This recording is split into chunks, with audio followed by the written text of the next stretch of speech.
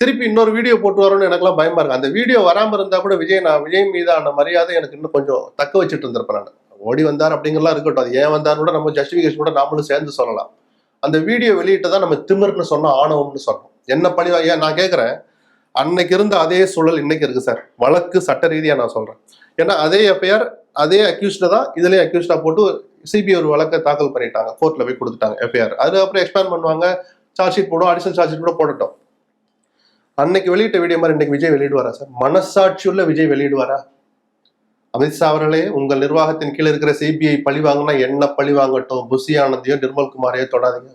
விடணுமா விடக்கூடாதா? அப்ப எதுக்கு இந்த மௌனம்? நீதி வெல்லும். எதுக்கு இந்த சேட்டை? எதுக்கு இந்த மௌனம்? கள்ள மௌனம் எதுக்கு?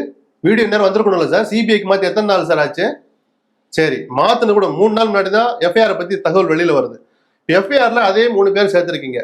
பழி வாங்குறேன்னா என்ன பழி வாங்க அமித்ஷாஜி, என் கட்சிக்காரங்களை விட்டுருங்கன்னு விஜய் நேரம் வீடியோ வெளியிட்டு இருக்கணுமா கூடாது? அப்ப நீங்க 10ஓட 11 தானே அரசியல் பண்றீங்க, அல்லது முதிர்ச்சியற்ற அரசியல் அன்னைக்கு பண்ணுனீங்க.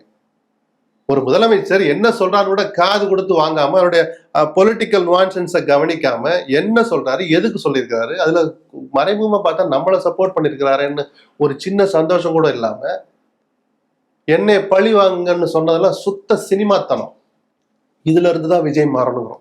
ஒரு சினிமா நடிகராக இருந்து விஜய் தன்னை மாத்திக்கணும். சினிமாவில் நடிக்கிறத நிறுத்தினா மட்டும் அது மாற்றம் அல்ல, அது உங்களுடைய வருமானத்தை நிறுத்திக்கிட்டேன்னு அர்த்தம். நடிகனா இருந்து தலைவனாக உருவாகிறதுக்கான பயணத்தை முதல் அடியே அர்த்தம் உள்ளதா எடுத்து வைக்கணும்னு நம்ம எதிர்பார்க்கிறோம்.